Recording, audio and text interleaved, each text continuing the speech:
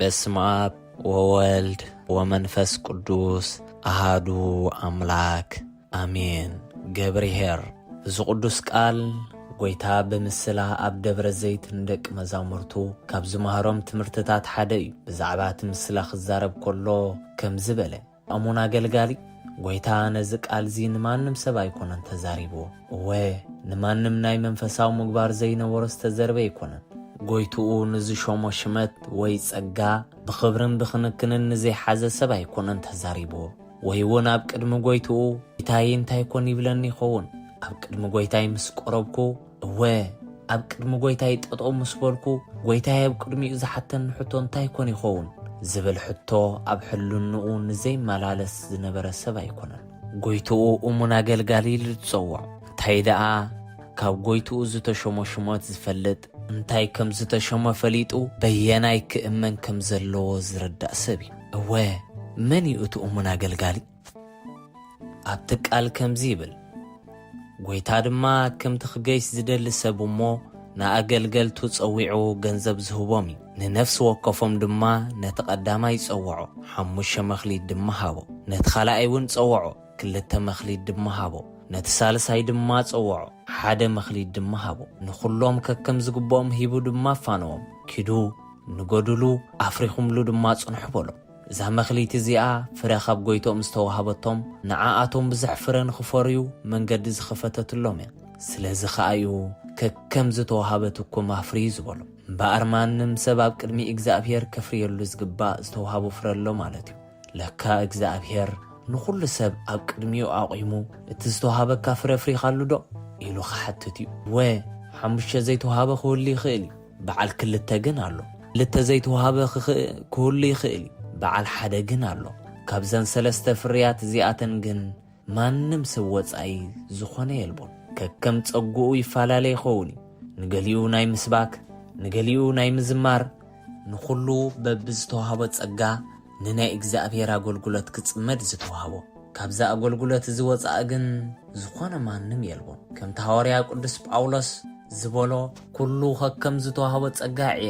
እቲ ሰባኺ ይስበኽ፣ እቲ ዘማሪ ይዘምር፣ እቲ ናይ ምትንባይ ጸጋ ዝተዋሃቦ ሰብ ድማ ይነበይ፣ እቲ ናይ ኣጋንንቲ ምውፃእ ዝተዋሃበ ጸጋ ድማ ኣጋንንቲ የውፅእ፣ እቲ ኣጋይሽ ናይ ምቕባል ዝተዋሃበ ጸጋ ኣጋይሽ ይቀበል።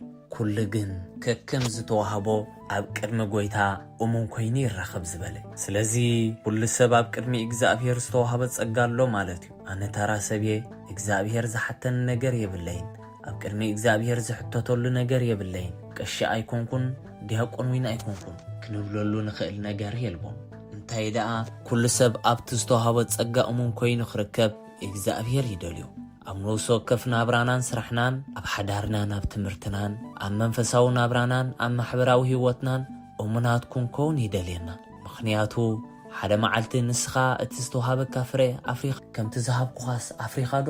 ንሱ ድማ እወ ጎይታይ ካብቲ ዝሃብካኒ ዕፅፊ ኣፍሪ። ጎይታ ድማ ኣታ እሙን አገልጋሊ ብውሕቲ ኣሚንካ ኢኸሞ ኣብ ብዙሕ ክሸመካ ይበሉ። እቲ በዓል 2 መኽሊት ድማ ከምኡ በሉ። ናብቲ በዓል 1 መኽሊት ምስ መጸ ግን ጎይታይ ንስኻ ጨካን ዓማጺ ዘይናቱ ዝደሊ ምዃንካ ሰባት ስለ ዝነገሩኒ ምእንቲ ከይጠፍኣኒ ኣብ መሬት ቀቢረ የለኹ በሎ። እምበኣር እዞም ከምዚ ዝበልና ሰባት እቲ ካብ እግዚኣብሔር ዝተዋሃበና ቅዱስ ፍረ ክንፈርየሉ ገዲፍና ብፍቕሪ ዓለም ዝዓወርና ኣመንቲ ክንስና ብምኽንያት ንነብር ዘይትቆርብ ክንበሃል ከለና፣ ዘይትንሳሕ ክንበሃል ከለና፣ ዘይትጽሊ ክንበሃል ከለና፣ ቤተ ክርስቲያን ዘይትመጽእ ንበሃልን ከለና ስራሕ እንዲቐኒ እንዳደኸምና ኢልና ነመኽኒ ጎይታ እንታይ ኢሉ ክጽዋዕና? ሕረዚ ጎይታ ኣታሃካይ አገልጋሊ ብምባል ጸውዖ። ምክንያቱ ኣብ ቤት ጸሎት ኣይነበረ፣ ቤት ቁርባን፣ ኣብ ቤት ምጽወታ፣ ኣብ ቤት ጾም ኣይተረኽበን። በዚ ድማ ጎይታ ሃካይ ዝበሎ። ምክንያቱ እታ መኽሊት ኣይረባሕላን እምበር ኣየጥፋን። ኣብ ታሕቲ ኣብ ባይታ ደኣ ከይትስረቆ ቀበራ። እሞኸ እንደይ ኢና ክሳብ መርዓ ዝኣክል፣ ክሳብ ጥምቀት ዝኣክል፣ ስጋብ ኣውደ ዓመት ዝኣክል ንእምነትና ኣቐሚጥናዮ ንጸንሕ።